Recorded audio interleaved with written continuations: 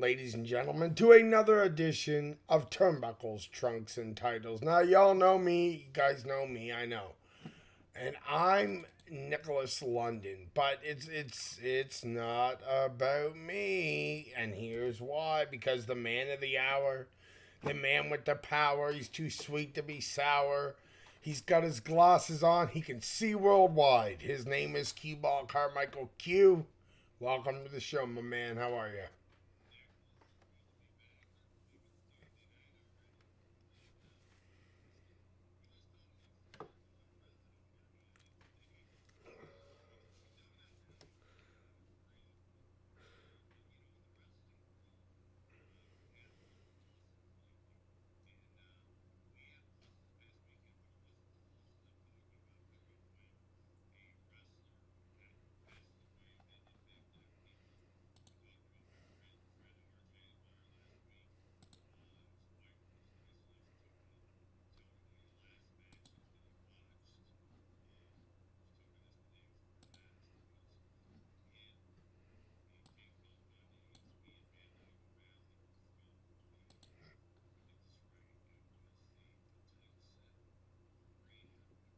Arena. Was with about 1,800 people stuffed in there, big crowd for Maryland Championship Wrestling. And Bundy came in. He said, "I'm tired, Q. You figure out the match," and I did. We got a huge pop on the finish. Put Bundy over in the middle for the 5 count. Good kid, and it really gave me some solace when his wife said that's one of the last matches that he watched was that one. I know it meant a lot to him. It was his first time on a big stage. I had the honor of breaking him in early in his Maryland Championship Wrestling career.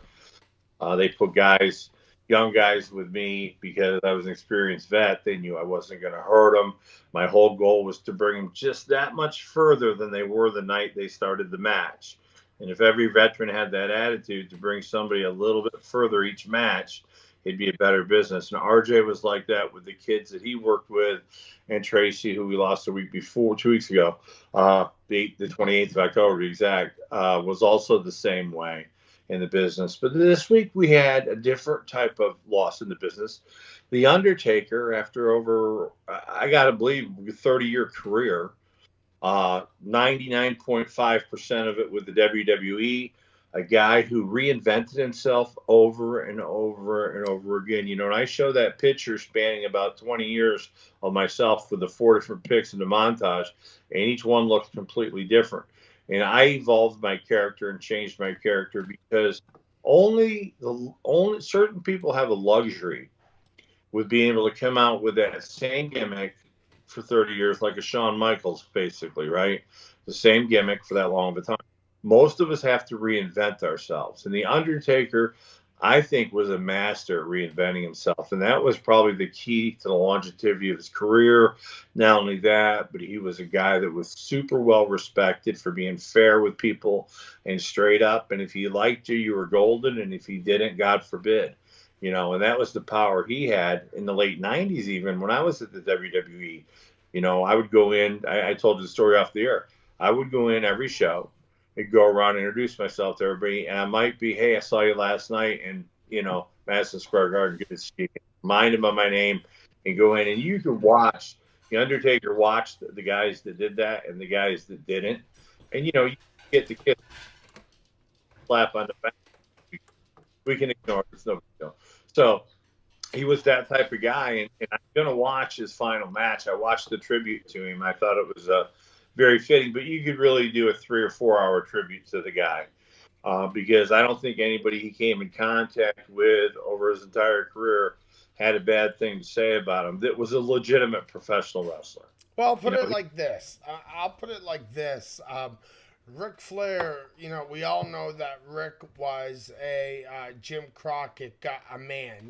He was, he was what The Undertaker is to Vince is what Rick was to Jim Crockett, and that, rightfully so.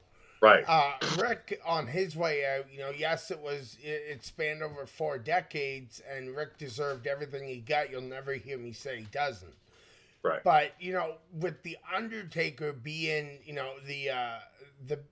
my eyes, maybe not yours or anybody else's, my own opinion, but the Babe Ruth of the WWE, and that's not a knock on Hulk Hogan because I think Hulk Hogan was the Babe Ruth, but sometimes in our business, people surpass others, and they just mean more over time to the individuals and Sure. to that one company. And if Vince Sure. McMahon had decided we're gonna do Survivor Series and Monday Night Raw the next night, I'd have been perfectly fine with that. It wasn't long enough for me. I did just fine during the entire thing until the Paul Bear image from the side came up and the Undertaker was down, and I was no good after that. I was ruined. It is the man that makes the character, but at the same time, we can all tip our caps to Paul Bearer because Oh, he sure. damn For sure had a hell of a hand in the making of Percy, the Undertaker.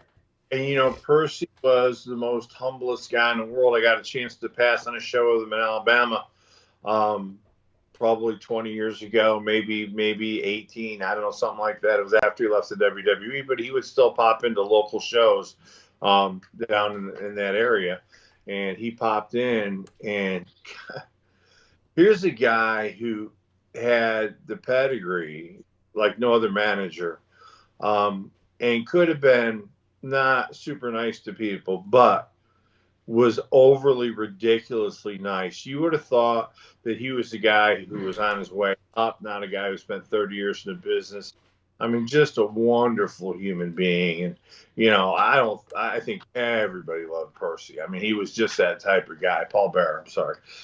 He was just that type of guy that was iconic and iconically nice, which is funny. It kind of leads us to our next segment that you don't know about.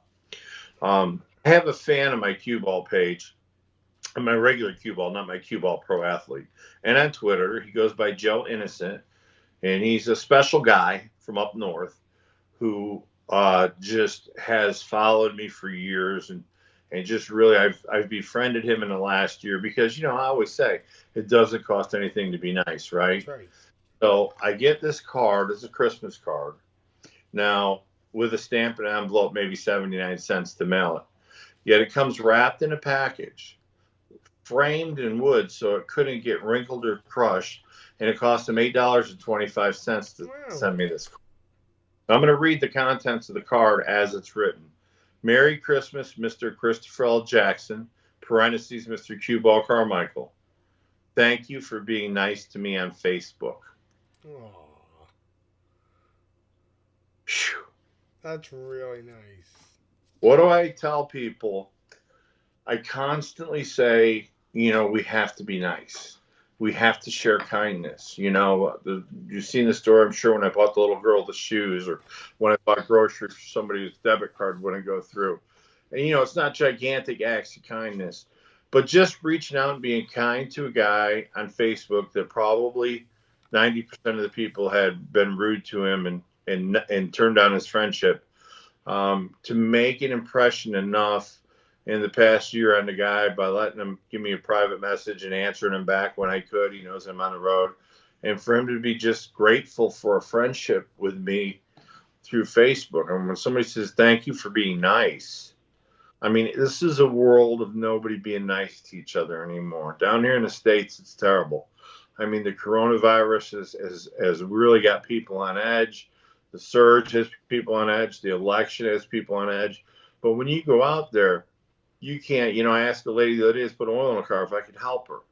And she said, no, sir, but thank you. I got it. And, it takes little acts of kindness like that. Holding the door for somebody, Yep. even 30 feet away, just wait and hold the door.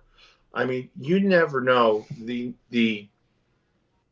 what you do in this world is like a stone thrown in a lake. It creates a ripple effect. Now, do you want to throw a little tiny rock or do you want to throw a boulder in that lake? I decided with my life I wanted to throw a boulder in that lake. I have been on many wrestling shows with guys who probably shouldn't even been in a locker room or lacing up boots. But you know what? I respected him as a human being, okay? Because, look, Maybe the guy didn't have access to training. Maybe he did the best he could. Maybe he just wanted to get in the business. Maybe his story isn't a guy who tried to cheat the business and not go to training. Maybe he went to a school that closed halfway through. I don't know his story. I just know that he has a story, right? So as a human being, I'll respect him. If he asks me to watch his match, I'll be honest with him, but I won't disrespect him in my critique of him because he's still a human being.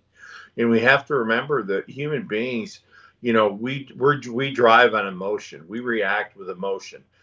Some of us like to let our head temper that, or some of us, that heart, you just leave with that emotion. This has been a very emotional year in all of North America. The rest of the world, fine, but I'm more concerned with the U.S. and Canada. We have had our ups and downs, but, look, I always say, if I was ever going to have a country to have my back, I'd have Canada. And people ask me why. And I said, well, because we know they have it, number one. Number two, they have a vested interest in protecting us just as we do as protecting them. I go, people don't understand. Guess what Canada is? And I don't mean any disrespect to Canadians, but it's a really good northern border for the United States. It really is. We could have Mexico where you don't read anything about a busload of Canadians trying to sneak into the U.S. You know what I mean? If they want to migrate in, they do it the right way, just like we do it there. But why are we never concerned with our northern border? We're never concerned with our northern border because we know we have our Canadian brothers and sisters protecting that border. And they know that they've got us protecting their southern border. So it's a unique symbiotic relationship. So when I talk, I like to talk to all North Americans, all the people of the U.S. and Canada. It's a trying time. Look, we know we have social distance, we have to wear masks and things like that. But look, you can still be nice to people. You can smile, you can still nod, you can still, people. Some people smile, you can see their eyes, they're smiling. But be nice to people, for God's sakes. I mean, look, you may have an opposite political view than me, but guess what? If we were to go in a bar and sit down and have a beer together, and we did discuss politics, we could probably become best friends.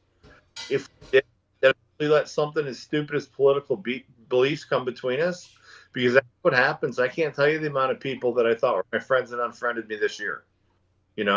Maybe I've been vocal. Maybe the fact that, I'm one of those guys who just passionate. But look, both sides do. Want to be nice to each other. So, and that's the thing about the Undertaker is I noticed about him. I never seen him. Now I wasn't there a ton, but I was there enough to see him in action. I never seen him once disrespect anybody. I've never seen him not refuse to shake a hand. You know what I mean? The greenest indie guy in the world can come up there to fill in to be a cop. And if you walk up and introduce yourself, he'd still shake your hand. You know what I mean? So this is the kind of guy that we lost, but we lost him the right way. He decided enough was enough. And, he's got a family. He's wanted to stay home the last few years while his kids grow up. Who doesn't want to see that? He made his appearances when he had. And look, we've seen the pictures of him out of shape and in shape. The guy's a maniac. He can get in shape in 3 months like nobody ever saw in the world. I mean, you've seen the pictures of when he's home, and 3 months later, he's at WrestleMania. He's jacked. He looks great. Yeah. He knows how to dedicate himself. He knows how to reinvent himself. I mean, one of my favorite matches of all times to watch was I always like to see the classic big man, small man match, because I don't want to see it done like all of them where they immediately go for the leg, right? I mean, that's too common. So there's 2 matches that come to mind. If you want to see big man, smaller man matches with the psychology that I couldn't find one flaw in their psychology.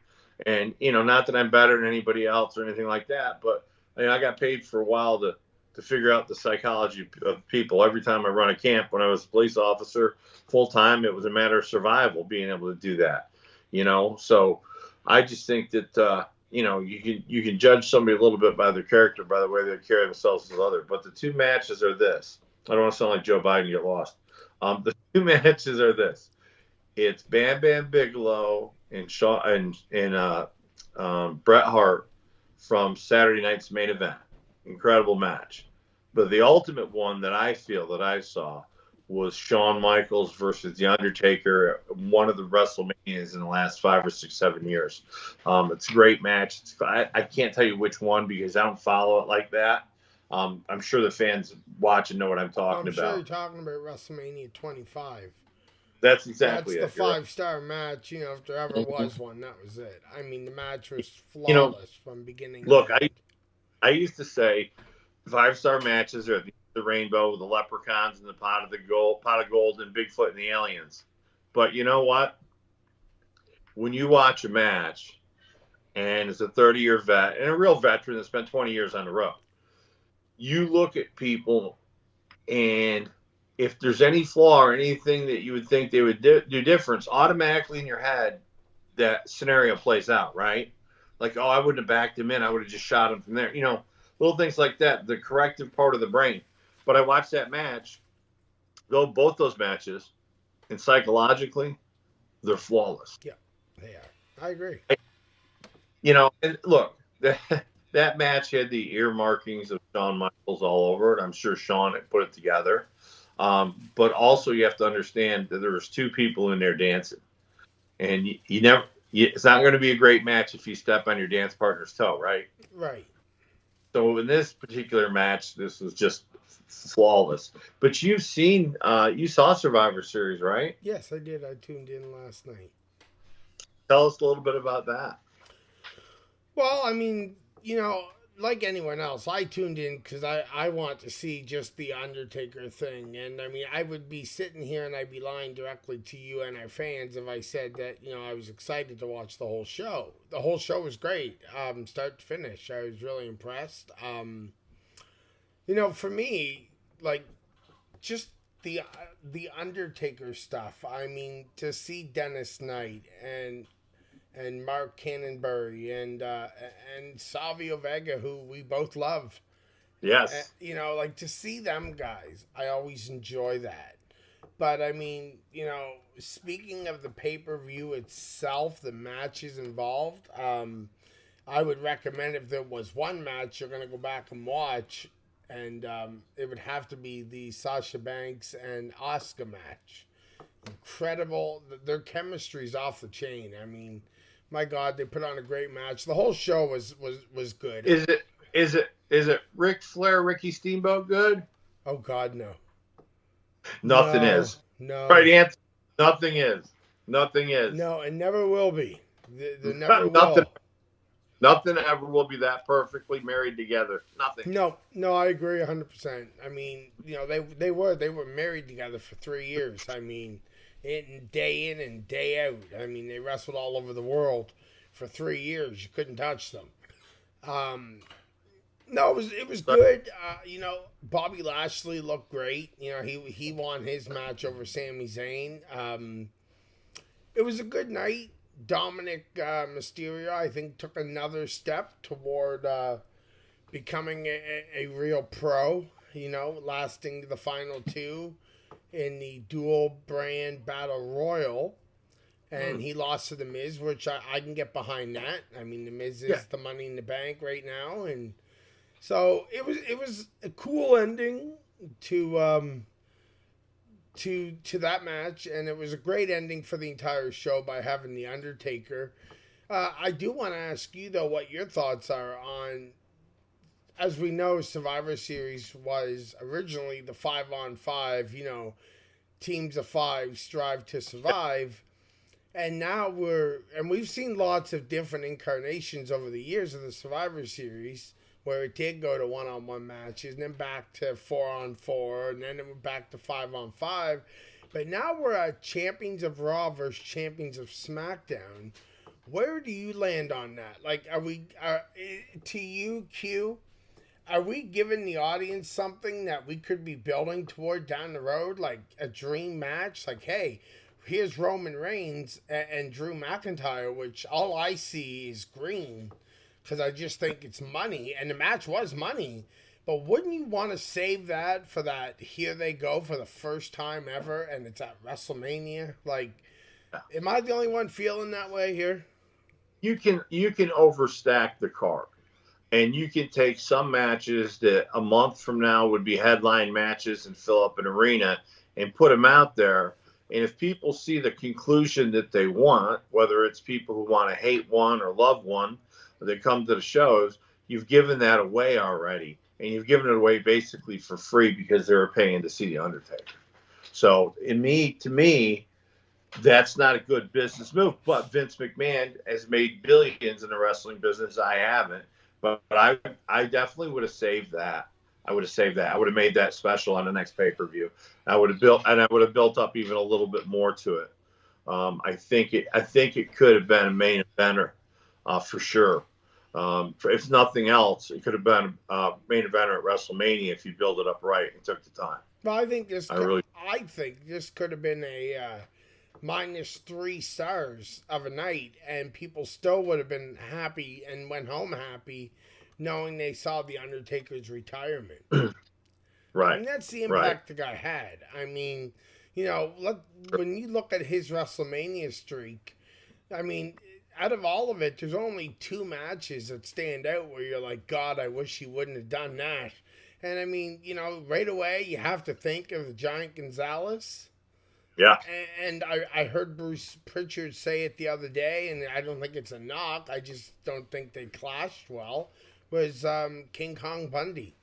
It's not a disrespectful thing. It's just two identities that clash that didn't have chemistry. Yeah. It happens. Right.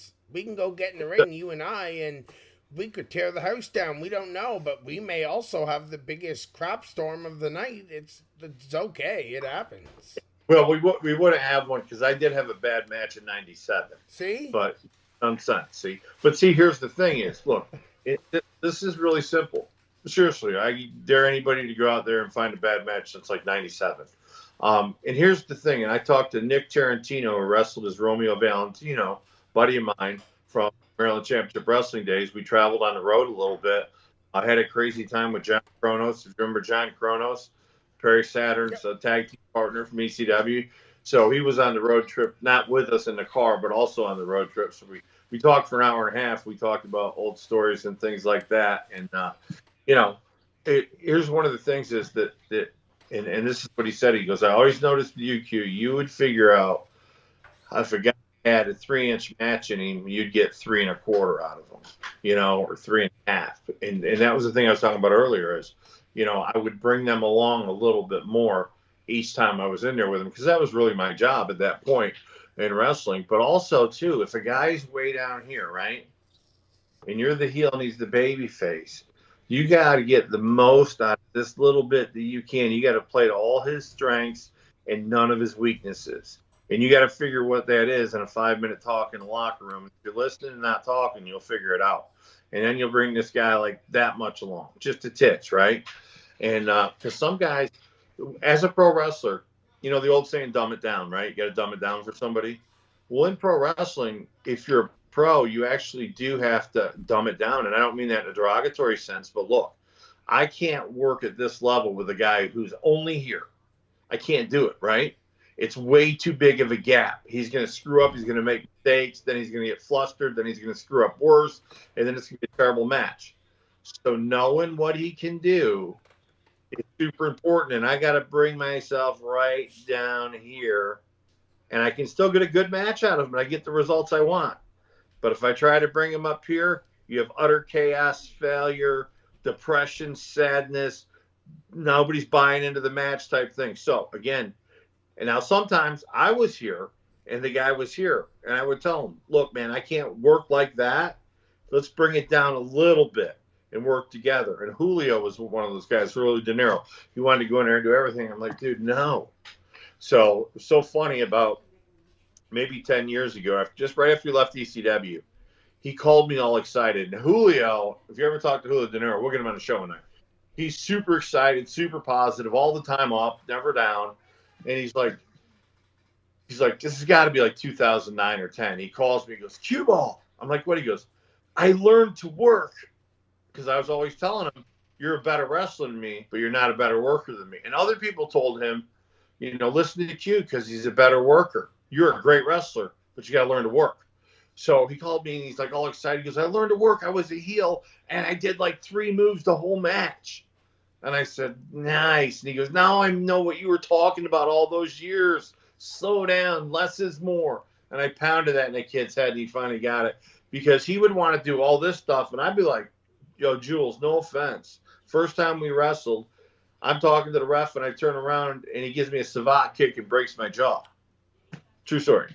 First time ever. So I immediately said, go home, dropped him on his head, went in the back, and he came to the back. And this is our first time ever meeting. I'm like, look, MFer, let me tell you something right now. Where I come from, we call our spots. Tell the ref when I turn around, I'm going to give him a spot. He didn't say nothing, man. And I was furious. I was like, I hate this kid. Next thing you know, he's coming down to my school. He's trying to learn. He tells me about the story about being trained and all this other stuff. And he started working with me in Cicero, traveled with me in Cicero, and he talked about a change in mentality and a change in how he did things. It was unbelievable. I mean, he was a guy that was physically capable of doing anything, but psychologically incapable of doing anything. So all his moves would not make anybody react. So he slowly learned to pull it in and do it at the right time and things like that. And it's just funny. When I had the chance in '99, I don't know if you remember the Break the Barrier event. Al Isaac's a buddy of mine put it together, and it's at the ECW arena, and he brought in all the heavyweight champions and number one contenders from 10 promotions around the country. He owned Scoops Radio or Scoops Blog Pass, whatever it was in '99. Scoop. It was about wrestling, inside wrestling. Yeah. And it was when you made a lot of money in the .com business, and he made a lot of money. But, for Al's sake, Al put it right back into flying guys in from all over the country and paying for it, put them in hotels and paying them extremely well to come in. Manny Fernandez was against Rick Link in a blood match. Abdullah the Butcher was on the show. Tom Brady. Lou Thez was there. I got acknowledged as Lou Thez's former student. Which was great because I went out to dinner with Lou and his wife Charlie that night. So it was a chance for me to see Lou for the first time in 10 years and get to hang out with him.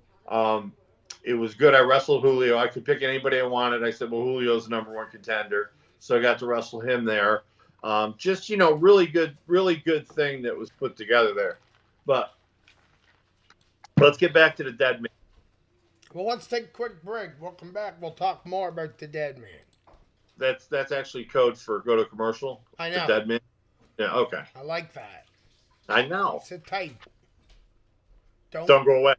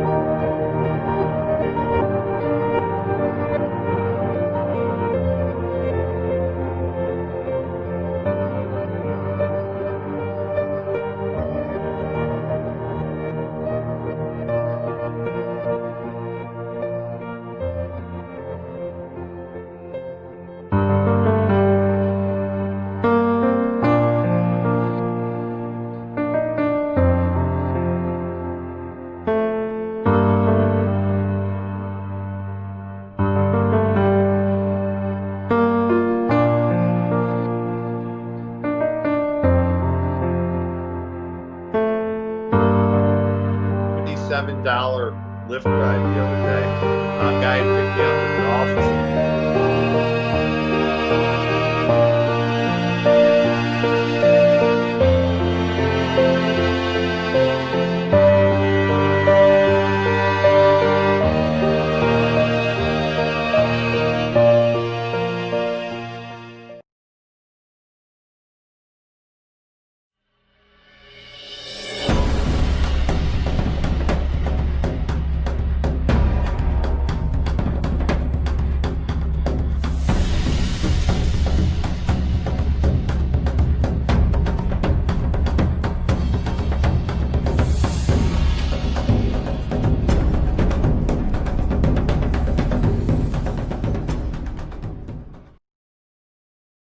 Hey, folks, welcome back to Triple T Radio. This is Cubo Carmichael alongside my producer and co host, Mr. Nick London.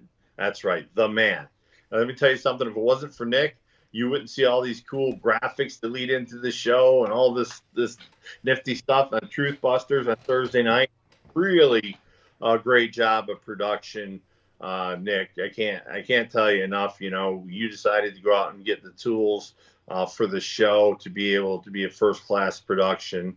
And it's listen, I'll go back just when we quit being a podcast and we actually were on the air. I look at that video compared to now. It's like night and day, man. It's really the production. We've Really, done well. We've done well. yeah. And look, one of the things that amazed me the most is when I used to go to WWE events, I would get there early, like 1:30, 2 o'clock, and I would go in and watch the people. The ring was already up, but I'd watch them go up on the gas and set up the lighting and do all that stuff like 50 feet off the ground.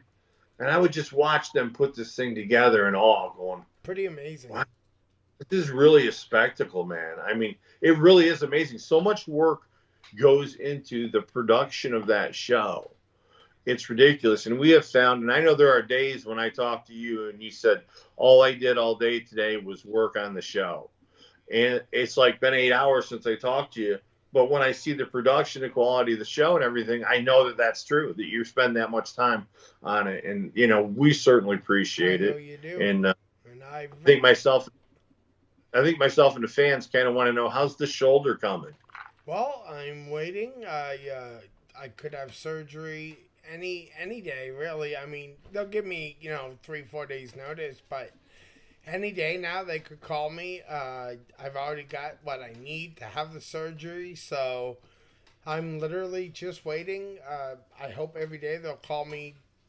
I wish they would have called me today. I hate that it's getting closer to Christmas and I have to wear this sling for, could be up to 2 months. So Now, is this a rotator cuff? What is this? the rotator cuff, there was some there's a lot of tear up in there, and then not to mention the amount of probably scar tissue, stuff like that. Like, there's a big mess, but I've got a great specialist, Dr. Fletcher, that's going to go in there and take care of everything, and she's going to get me up and running. And do you think this injury had anything to do with your earlier career as an underwater Himalayan folk dancer, or no?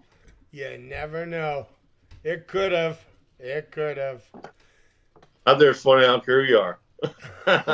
Well, look, I'll tell you a funny story. My brother-in-law, who I was the best man at my sister's wedding in 1984, the beach in Hawaii, 83, excuse me. And he's been one of my best buddies for the last 40 years. And he was pulling something at work and he tore the rotator cuff and they did the surgery and he was in the cast like this for 2 months, right? Then he's back to work a couple months. He's been 30 years at the Navy shipyard in Philadelphia. Wow. And he trips and falls and lands on this shoulder and tears that rotator cuff. So then he's little 2 months later, he's back like this for 2 months with the other arm.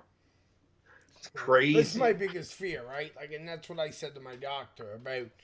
The only reason I agreed to do the surgery is because she said she looked right at me and she said, Nick, you're going to be back here every couple of years with this. Like, if we get the surgery done now, you're young, you'll recover nicely, and you'll be back at 110%. And that's really why I'm doing it ultimately.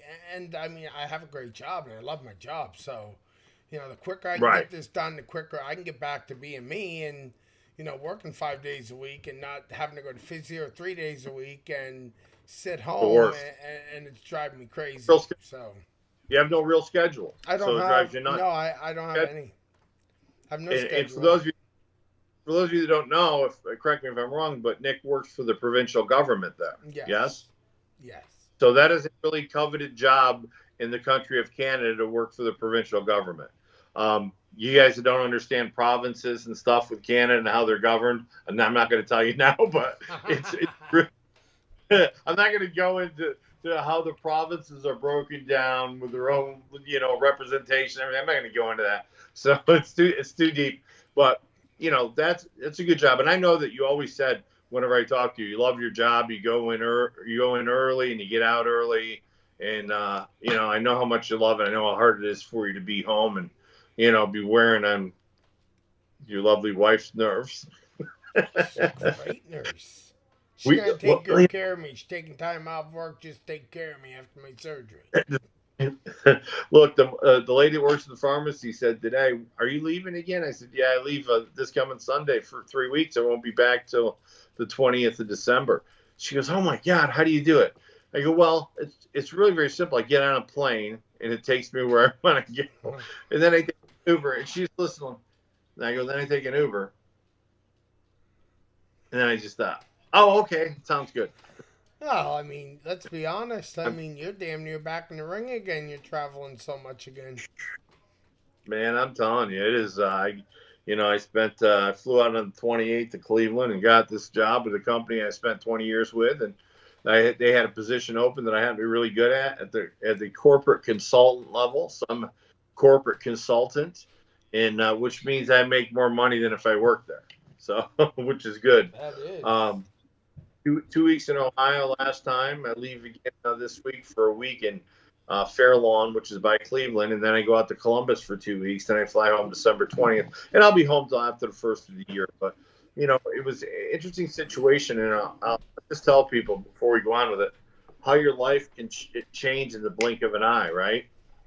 I'm a cop. My wife goes up to she works from home, but one time she's called into Raleigh, which is 90 minutes away. She's up there at noon on a Saturday at a stoplight, April of 2019, and a drunk driver doesn't see her and hits her from the rear end at over 50 miles an hour.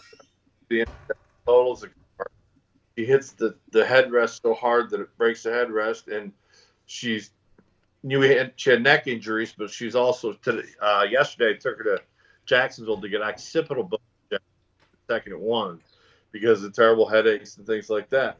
So, she's the breadwinner, and I'm a police officer for not a lot of money. We're part-time security, make ends meet, but I love it. Well, when this happened, I knew I was going to have to go back in the corporate world, and I thought I could do it with a local company. Turned out that didn't work out. We tried that for 5 or 6 months, and this job just happened to fall in my lap, and it was strange because I always say how you manifest what's going to happen. You put it out in the atmosphere. I believe that there's a frequency out there for positive vibes and negative vibes, and it depends on which one you want to tap into. And we tapped into positive vibes. And a week before this happened, and you have to understand how my job happened. Phone call with a friend of 39 years, started in this company with. We were both kids. We talk every month. We text a month, talk once in a while. And he called me. He's got time to talk. It's got an hour ride home. Before that, my wife, who I met in that particular line of work, actually, her and I were talking about it one night for like 3 hours. And she said how good I was at it because I started doing it when I was 21. And over the next, 30 years, I spent 25 years with this company. So I'll be darned if he doesn't call and start a conversation. The end of the conversation, he said, "What do you miss in life?" I said, "I miss working with you, man." He's like, "Really?" I said, "Yeah, it's the best times for our lives." He goes, "We need a corporate recruiter. Would you be interested?" I'm like, "I don't know." He's like, "It's going to be travel all over the U.S. and Canada." I said, "I don't know. Probably, yeah." Probably, yeah, because I'm thinking there's going to be a lot of zeros in the check. So he says, "I'll get with the president of the company and I'll call you back in 3 or 4 days." Well, an hour later, he's called me and they got a flight for me on the 28th going out to Ohio. So within 3 days, I flew out there, met with the president of the company and the staff, which I knew. I just didn't know him, and got the job. And a week later, I'm on the road. And now my schedule is booked. And, look, I won't say money's everything, right? But money allows you to make a lot of different decisions that you can't make when you don't have money. I mean, it pays the bills. It makes the world go round. We all have to have enough at the end of the month, and most people have more month left than money. And I wanted to start having more money left than month. Yeah.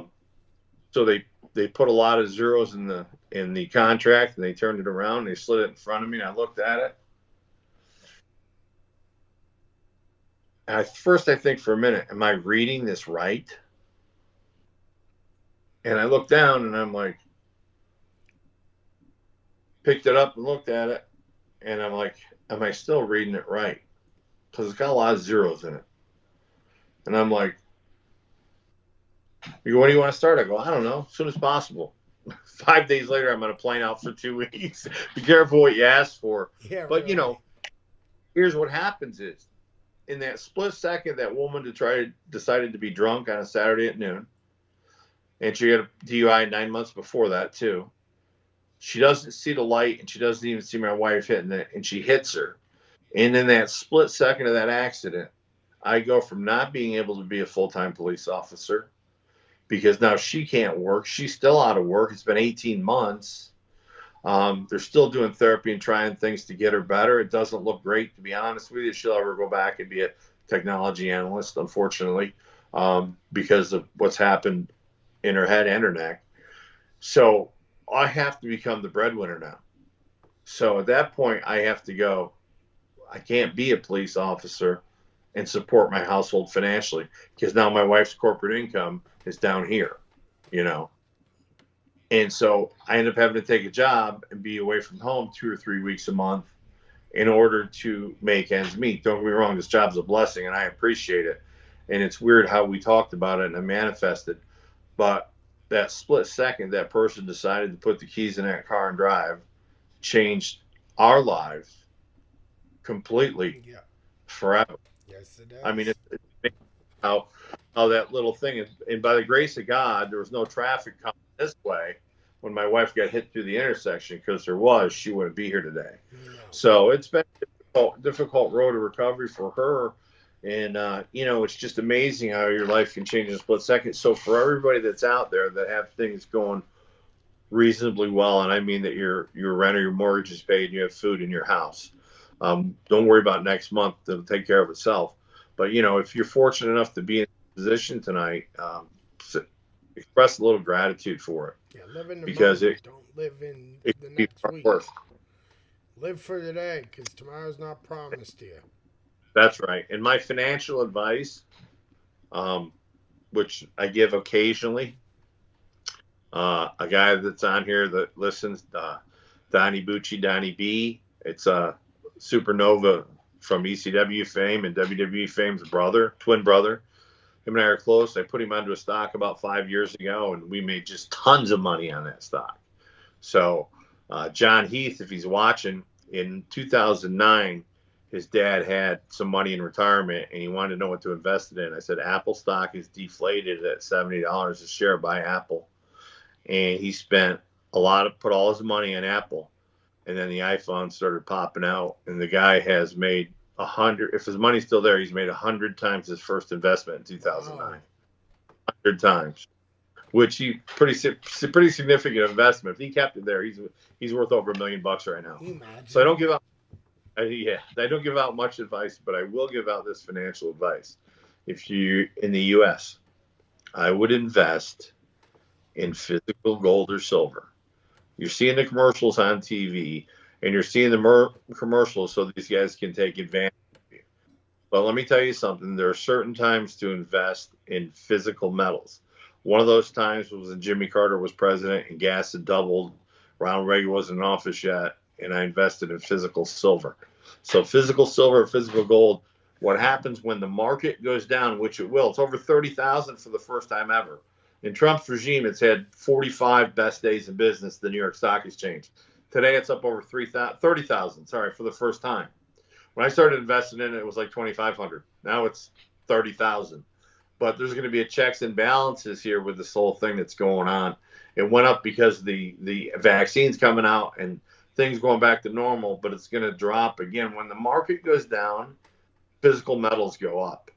The more, if you have 10%, 20% of your money in silver or gold, first off, it's never going to go down again. Number two is, if this market comes here, then gold and silver go up here.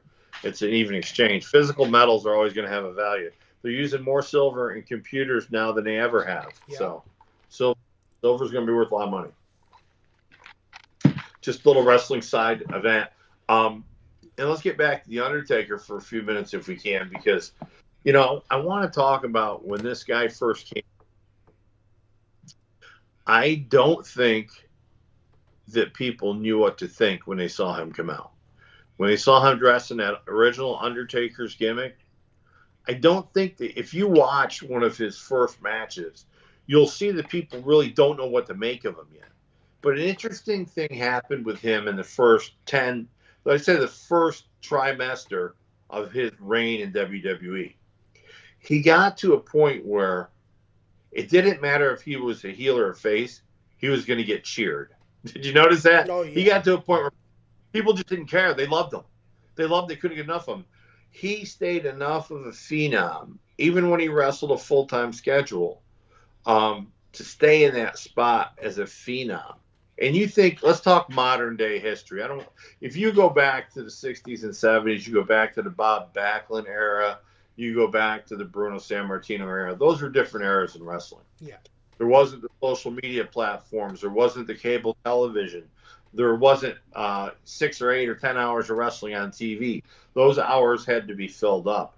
So things had to change. The transfer of titles had to be more frequent, unfortunately. But one of the things that you can count on, you think about all the faces that you came and saw in that 30 years. And you think about in the modern area, let's think of people who spent their whole career with a single team or a single group.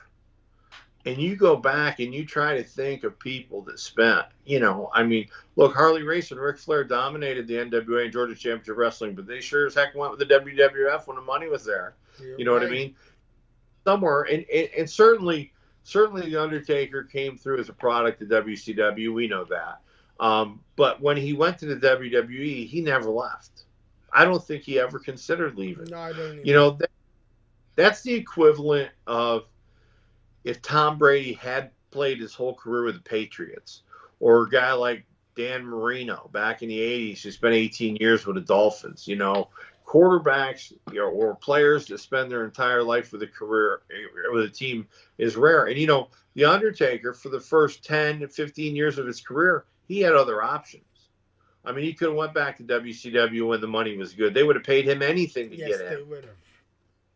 It would have been the bank would have been the limit. I mean, I want $17 million a year for 4 performances. Okay, I mean they would have given him anything, but I don't think it was ever in his mentality to leave the WWE once he was there. He was like almost as iconic as seeing like an Arnold Skaaland there for 30 or 40 years in capacities, or Freddie Blassie that was there for years in different capacities.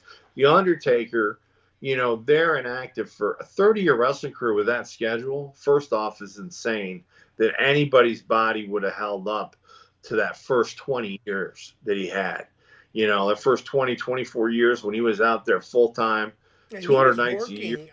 He was working a different style. I mean, his American Badass allowed him to wrestle a more human side wrestler than the Dead Man, who he had to sit up, he had to move slow. Right. He every time he went over the top rope, he'd land on his feet. Like everything he did was slow and very methodical. Yeah. It was very methodical. Like he didn't move fast. The American Badass was the ass kicker who's moving at a very good pace, was able to, I think that's what gave him quite an extra length. I mean, it was only for 3 or 4 years, but it gave him that little extra step where he was able to still go strong for a long period of time. Yeah, I agree. That probably, if anything, the training for that was rigorous. The matches were rigorous in themselves. And I think that you're probably right. That probably really extended his career. A lot of people will be like, well, it seems like it would have shortened his career. Well, it didn't, because in that first 20 years, you think about the amount of bumps that he took, over the top rope on his feet. He didn't take crazy bumps. He was slow and methodical. His big deal was to set up after they thought he was pinned. His finishing move was easy on everybody. You know what I mean? So those are career extenders. Doing less and getting more is a career extender. But I think the American Badass Tour really made him get in super, super great shape. I mean, he was in great shape during that, dude. Oh, he was, yes. Definitely trained at a martial arts gym, too, just by the moves that he had and stuff. And, getting in that kind of condition will allow you at the end of your career to get another 4 or 5 years out of your career. And I mean, when you talk about evolving, you're talking red hair in the beginning, okay, with a little red beard, okay. Then we're talking long hair with no beard, and then it becomes long hair and makeup. Then it becomes, long hair but a new coat and a new look with the T for the symbol. Then it becomes, hey, let's do away with the hat altogether. I'm going to wear a big coat and it's going to have it come over in the Ministry of Darkness. Then he says, hey, let me come back to the American Badass. But then he says, hey, let's cut my hair and make me a bad guy. So really what I'm saying to you guys, all the fans listening, is as I'm naming these off, these are all things he changed about himself, and why we say he always evolved, and he always knew how to take the Undertaker character to another step up. I mean, the stuff with Maven kicking him out of the Royal Rumble in 2002, that stuff was pure gold. He could have went out with Maven at WrestleMania 18. It did, Flair, and we're going to talk for a minute about that, about Flair and Taker, but, Flair did it. I heard the story from The Undertaker on Stone Cold's show right after Survivor Series about Vince said, who do you want to work with? We got Rob Van Dam or we've got Ric Flair. He said, Ric Flair. He said, no, really? Ric Flair? And he said, yes. Yeah, I got all the time in the world to work with RVD. This may be my only opportunity to work with Flair. Right. Now, just really quick, speaking about Undertaker and Flair, is Rick said to The Undertaker at the end of his match at X8 about, thank you. You've restored my confidence. And The Undertaker said he never knew what that meant. So from X8 to WrestleMania 30, he never knew what that meant till his match with Brock. And then he came back and he had a good WrestleMania match, but he never realized what he meant by you restored my confidence. And, again, this is showing the ring general that The Undertaker is. And he could work with anyone. It didn't matter his size. He could work with anyone, minus, Giant Gonzalez. But he could work with anybody. Or Great Khali, just throwing that out there. Can't shine a turd. Yeah, but, you could put him in any scenario, and he would rise. He would, he would own it. He would make it his own. He would mold it. And the next thing we knew, we had a masterpiece on our hands. That was the gift The Undertaker could give the fans. Yeah, it's a true story. Hey, let's take a break real quick, Nick, and we'll come back and finish the show. How's that? Hey, man, you're the boss. Let's pay some bills. Right back.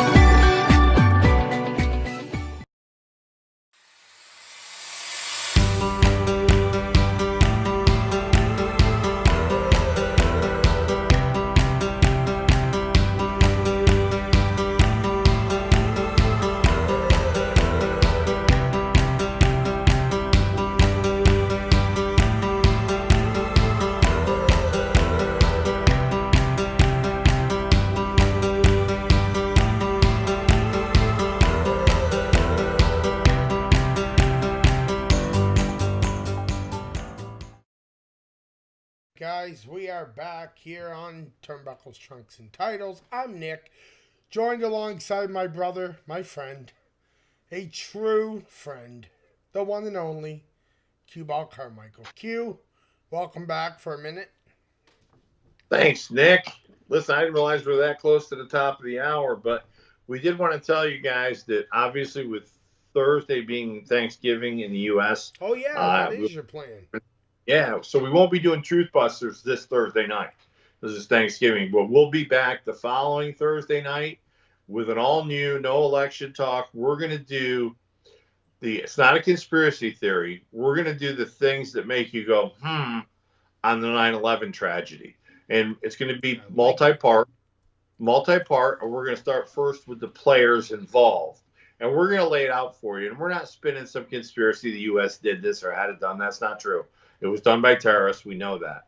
But there were also things along the way that are kind of curious. And we're just going to point out all the facts, let you guys decide what you want to take and run with, just like we did on our Ancient Alien Civilization series, talking about these ancient civilizations that were built to perfection before there was any tools to do it. So anyway, listen, we're going to not see you until next Tuesday night when we have Turnbuckles, Trunks, and Tiles, Triple T Radio, when it's Nick and I. So we want to wish everybody a happy Thanksgiving here in the U.S. I think the Canadians, they already had their Thanksgiving in October, but we celebrate it for different times for different things. So wishing all of our American fans and friends a happy Thanksgiving. Please be safe. If you live in Pennsylvania, you already know that Governor Wolf outlawed buying alcohol from now until 5 a.m. or 6 a.m. on Thanksgiving Day. Yeah, he banned any sales of alcohol from Wednesday until Thursday morning, early Thursday night, something like that. 2 days. Yeah, for no apparent reason, but they control the liquor board. You can still buy beer and wine from the grocery store, but if you want to buy hard liquor, that's shut down because apparently the COVID knows not to attack the liquor store on Wednesday and Thursday this week. I heard this, right? Yeah, it's really that's a show for another thing, but it's just an exercising violating the civil rights of the people of Pennsylvania. Emergency order or nothing. We have constitutional rights here. You can't violate those rights. You can't come into the house and look. They're telling that some places no more than 6 in a house at Thanksgiving, no more than 10, or the cops are going to come. Every police force and sheriff's department across the country that I know of is not going to respond to those calls. So have a nice Thanksgiving. Nobody wants to bother you, no matter how many people you have. Look at your house. Don't tell them what they can do. It's not a police state. They can't tell you what you can do in your house and what you can't do in your house. So look at the puppy. So look, happy Thanksgiving from myself, Q-Ball Carmichael, from the family of Nick London up in beautiful Canada. Look, we'll see you a week from today. Happy Thanksgiving. Thanks for joining us. Be safe. Yes, guys, thank you. Be safe, and Q, just for you. Have a happy Thanksgiving, brother, from your family to mine. Thank you, sir. Talk to you soon.